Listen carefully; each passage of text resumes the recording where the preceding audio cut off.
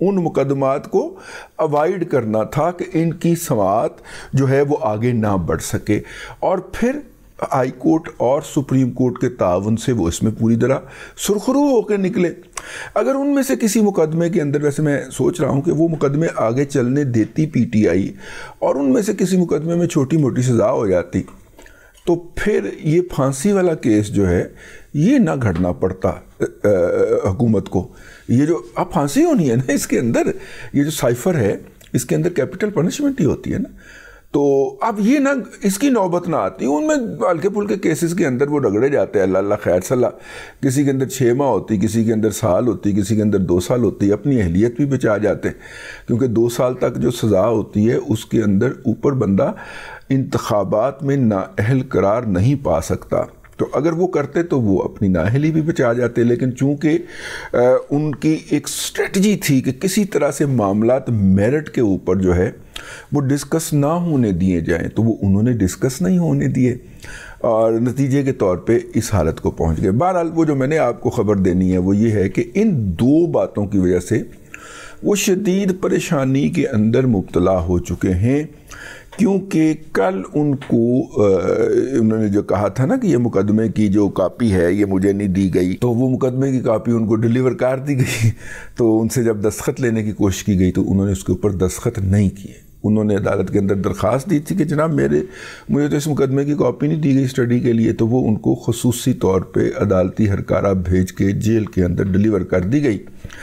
اور جب ان سے اس پہ دستخط لینے کی کوشش کی گئی تو انہوں نے دستخط کرنے سے انکار کر دیا، یعنی کہ وہ چاہ رہے ہیں کہ اس کی پروسیڈنگ رک جائے۔ اب اس حوالے سے 2 اطلاعات ہیں، ایک تو یہ ہے کہ وہ اس پروسیڈنگ کو ہر قیمت پہ رکوانے کے لیے ہر قدم آگے بڑھائیں گے۔ اس حوالے سے جیل کے اندر وہ کوئی حرکت کر سکتے ہیں، اور جیل کے اندر جو ہے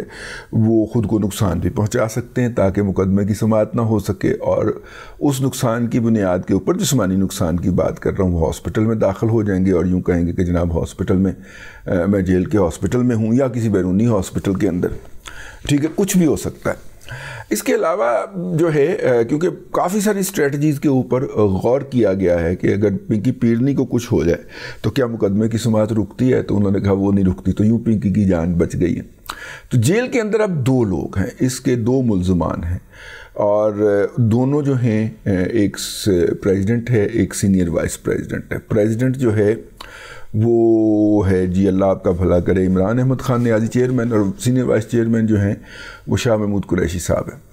اب شاہ محمود قریشی صاحب کو بھی اگر کچھ ہو جائے تو پرائم اکیوز تو جناب عمران احمد خان نیازی صاحب ہیں، مقدمے کی سماعت پھر بھی نہیں رکتی۔ تو عمران خان صاحب جو ہیں ان کو کچھ وہ خود کر سکتے ہیں، جس کی بنیاد کے اوپر کوئی بھی ایسی حرکت ہو سکتی ہے، اندر بھی باہر بھی۔ اچھا، اس میں یہ بھی آپشن پی ٹی آئی کے زیر غور ہے کہ جج صاحب جو ہیں ان کے اوپر کوئی میں کہنا نہیں چاہ رہا، لیکن ان کو بھی خصوصی اپنی سیکیورٹی بڑھا دینی چاہیے گھر آنے جانے کا،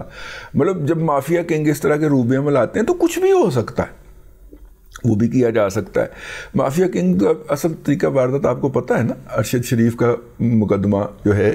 وہ نواز شریف کے اوپر ڈال دو، پریس کانفرنس ہو گئی، وہ تو پھنس گیا ریاض ملک، ٹھیک ہے، ادروائز تو نواز شریف کو ٹونگ دیا تھا نا جی پکڑ کے۔ ارشد شریف کیس کے اندر پریس کانفرنس بھی ہو گئی، اپلیکیشنیں بھی دے دی گئیں اس کے اوپر، لیکن میرا مطلب ہے کہ نواز شریف از اے لکی مین، وہ نکل گئے عمران خان کے اس ٹریپ میں سے، ادروائز انہوں نے پورا پلاننگ کی ہوئی تھی۔ تو جس طرح وہ پلاننگ کر رہے ہیں اس طرح ان کا خیال یہ ہے کہ جناب کوئی اس طرح کی اسٹریٹجی اپنا لی جائے کہ یہ مقدمے کی سماعت رک جائے، کوئی نہ کوئی ہو سکتا ہے۔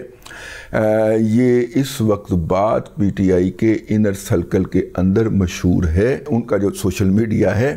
اس کے اوپر یہ ڈسکس کروائی جا سکتی ہے۔ اللہ تعالیٰ ہر کسی کو اپنی امان میں رکھے، اور جو نیگیٹو مائنڈ ہوتا ہے وہ نیگیٹیوٹی میں کہاں تک جا سکتا ہے،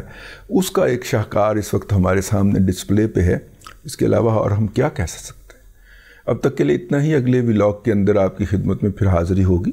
اللہ تبارک و تعالیٰ آپ کو آسانیاں عطا کرے اور آسانیاں خلق خدا میں تقسیم کرنے کی توفیق عطا کرے۔